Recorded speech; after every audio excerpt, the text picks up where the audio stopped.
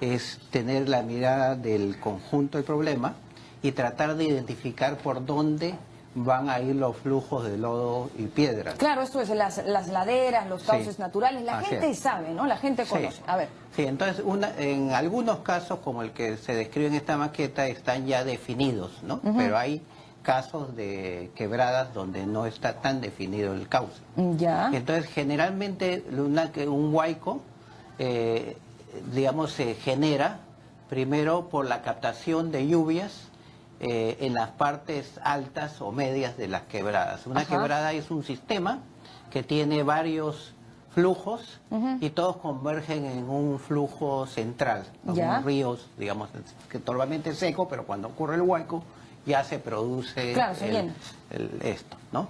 Entonces, este es el sistema y uno ubica también dónde se encuentra la población y qué parte de la población puede ser o no afectada por efectos del huaico. Claro, digamos que esta maqueta está ordenadita, ¿no? Sí, Ordenamiento sí. territorial, como debiera estar el Así tema, es. las casas donde no va a caer el huaico, pero aún así, como es una zona vulnerable, ¿dónde empieza a funcionar el sistema Ya. de alerta temprana? Entonces empieza arriba. En realidad hay varios sistemas de otras instituciones, pero el nuestro combina un factor que no consideran otras instituciones, que es el tema de la saturación del suelo. Saturación del suelo. Sí. Normalmente lo que se capta es la lluvia, ¿Ya? se tiene información sobre la lluvia y se da la alerta. Pero la experiencia que hemos tenido en Chosica y en otras regiones es que no basta con las lluvias para que se produzca el huaico, porque puede ocurrir que las lluvias se den y no se sature el suelo. Saturarse el suelo es que ya no puede absorber el agua y eso es lo que produce el flujo de lodo y piedra. Ya, sí, pongámoslo más fácil. Es como una esponjita que, puede todavía seguir captando lluvia, se va hinchando la esponja y ya cuando ya está totalmente saturado, esto es que ya la esponja va a explotar, ahí es que empieza el tema de la medición. Excelente, Ajá. esa es la idea. Y entonces lo que hacen nuestros sensores es captan por un lado la lluvia y por otro lado captan también esta suerte de saturación del suelo, la esponjita a la cual usted se refiere. Se rellenó la esponjita Sí. y entonces Y ahí empieza la primera alerta. Ahí empieza. Entonces, cuando esto ocurre, estos equipos dan un mensaje hacia abajo, hacia el centro de operaciones de emergencia. Entonces, vamos a ver, primero, digamos, viene el mensaje que se da en estos equipos. Este mensaje va a la municipalidad y Se al centro saturó de el operaciones. suelo Sí. y va luego al monitoreo. Sí, entonces va al centro de operaciones de emergencia Ya. y en el centro de operaciones de emergencia, que puede estar ubicado en algún lugar determinado, se produce se capta esta alerta, Ya. este mensaje. Entonces las autoridades organizan a partir de esto, organizan la evacuación de la población, que es el segundo momento. Claro, la saturación es ya lo previo, ¿no? Claro. O sea, es casi inminente. Claro, pero la gran ventaja es esto. Normalmente cuando alguien, digamos, ocurría un huaico, la gente tenía que salir corriendo cuando miraba que el huaico se venía. Claro, se viene el huaico, ahí Sí, recién empiezan a sí. correr, ya. Pero ahora, con este sistema podemos adelantarnos, en el caso de una quebrada muy pequeña y pronunciada, ¿Cuánto con tiempo? grave pendiente, unos 10 a 15 minutos. Pero en caso de quebradas más grandes como la de Quirio, Pedregal, en Chosica, que son quebradas más extensas, Claro. podemos adelantarnos 1 hora, 2 horas antes de que ocurra el huaico. Estupendo, bueno, por ¿Ya? el tiempo del margen que da Sí. Bueno, el tema ya, entonces saturación del suelo, se enciende la primera Sí. alarma, va al centro de operaciones, que además cuentan con una app, ¿no? Esto Sí. si no esté el alcalde en ese rato en su escritorio, qué sé yo, y no se entera, sí se entera porque le va a llegar a su celular. Claro, todos los celulares de las autoridades, de los equipos de rescate, de repuesto, tienen la información en su teléfono celular. Perfecto. Y entonces eso permite que se movilicen y además se ubique el lugar y rápidamente se movilizan los equipos. Eso es por un lado. Pero de otro lado también se organiza a partir de ahí el tercer momento, que es la evacuación. Claro. Ya por eso señalaba que previamente había que conocer los riesgos, cuáles son las zonas seguras y cuáles son las zonas no seguras. Y entonces la evacuación se lleva a cabo en las zonas consideradas más seguras. Claro, y las rutas de evacuación, Sí. ¿no? O sea, todo esto funciona Sí.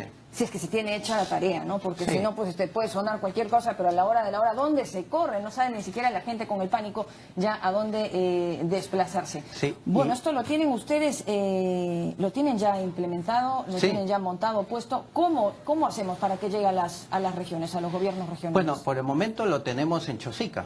Hemos trabajado varios sistemas en Chosica y lo hemos validado. Yo estuve, de hecho, en un momento en que se ocurrió un huaico en la quebrada de Quirio, en Chosica, y entonces se dio la alerta por este sistema y salió el alcalde está en un lugar, nosotros estábamos en otro, los bomberos, las distintas entidades e instituciones, el personal de Serenazgo y todos se desplazaron al sitio.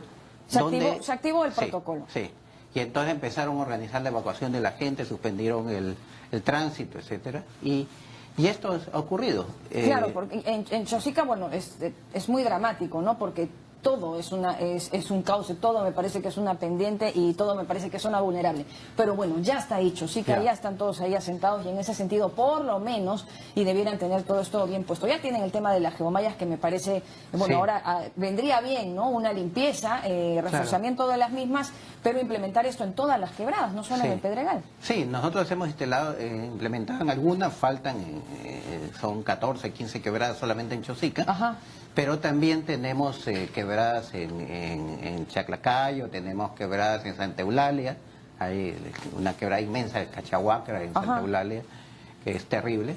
Y entonces esto se puede implementar progresivamente y un costo muy bajo. Claro, es lo que le iba a consultar justamente en este momento. Sí. ¿Es caro, señor Ferradas, este sistema? Mire, para darle, no voy a decir las instituciones, pero hay sistemas que no tienen digamos, los sistemas para medir la saturación del suelo y que están por encima de los $35.000. Para nosotros un sistema como este cuesta $1.200.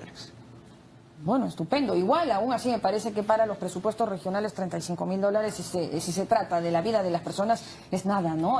Ya hacia gobiernos locales a lo mejor es un poco mucho, pero el monto que usted comenta es totalmente manejable. ¿Quiénes lo están llevando? ¿Cómo hacen los gobiernos regionales, locales, sobre todo los que están ahora en alerta con el tema de la niña costera, que precisamente son lluvias, precipitaciones muy, muy fuertes que han empezado, de hecho ya hacia la región San Martín, me parece golpeadísima, se fueron 5 personas en esto.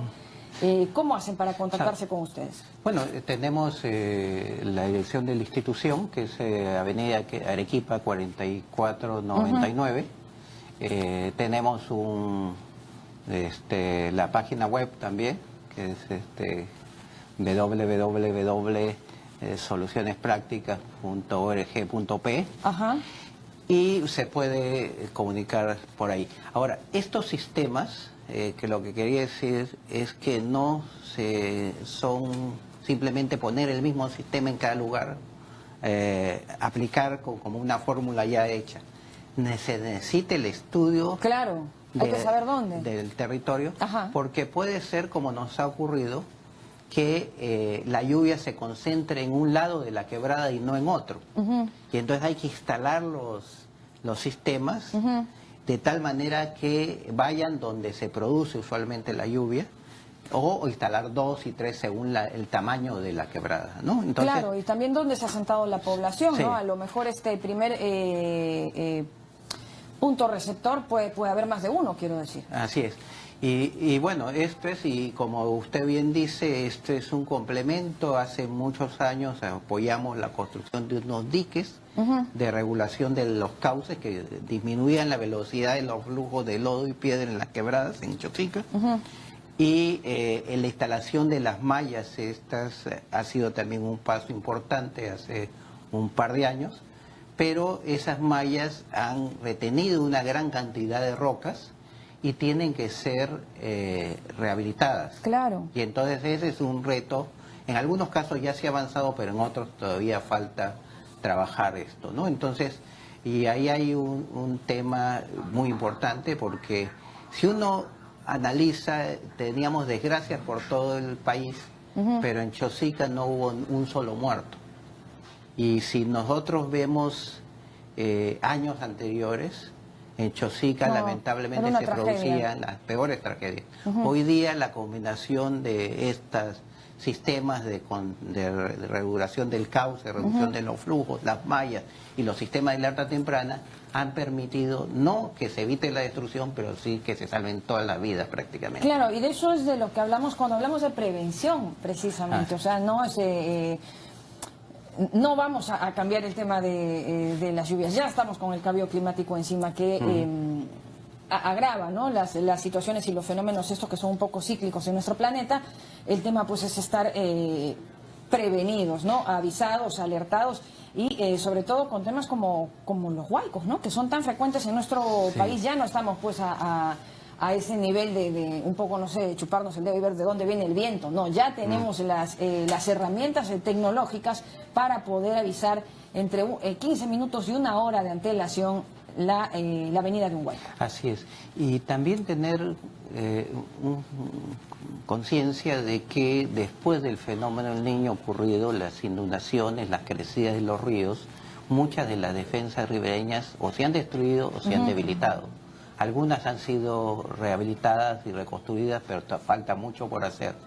Entonces, un incremento de los caudales de los ríos puede generar afectación de que no ocurriría si en tiempos normales, digamos, ¿no? Pero entonces el fenómeno La Niña lo que hace es lo que usted más o menos ha descrito que viene ocurriendo. No van a ocurrir lluvias intensas en la costa, pero sí van a ocurrir, y ya han empezado a ocurrir lluvias intensas en la sierra y en la Amazonía. Claro, que también hay zonas allí vulnerables de huaicos. Así es, y los huaicos, en el caso de la cuenca del río Rímac, son el principal factor de inundaciones, porque los huaicos lo que hacen es, el material de los huaicos termina en el cauce del río, y eso incrementa el caudal del río y produce las inundaciones aguas abajo. Entonces no son fenómenos separados, cada uno convive y interactúa con el otro. Claro, ¿no? Es que no vamos a sentir los que estamos en la costa de La Niña, o sea, en algún momento va a llegar ahí los ríos totalmente cargados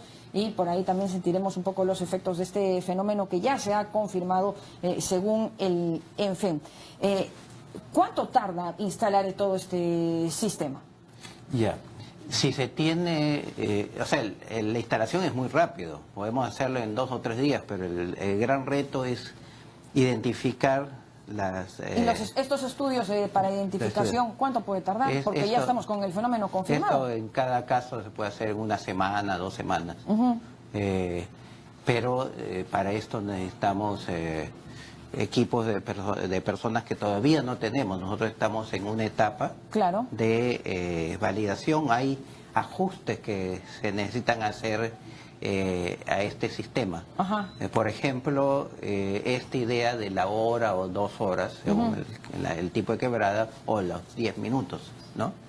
En la medida en la cual afinemos nuestros conocimientos sobre el comportamiento del clima y del suelo en estas quebradas, podemos precisar y adelantar, ya no 10 minutos, sino a lo mejor 30 minutos antes, poder dar la alerta en las quebradas más pequeñas y más Claro, porque peligrosas. Para muchos a lo mejor pues 10 minutos es suficiente, pero para los adultos mayores, personas con temas de discapacidad, queda corto, queda poquito. Y en las quebradas más grandes, como la de Quiro y Pedregal, podemos pasar de 1 hora, 2 o 3 horas. Claro, San Ildefonso, San Carlos, allí que año tras año, ¿no? Fenómeno tras fenómeno, continúan allí las mismas causas como si nunca nos hubiera pasado nada, ¿no? Como si nunca nos hubiera pasado nada. Es increíble. ¿Se ha comunicado algún gobierno regional con ustedes?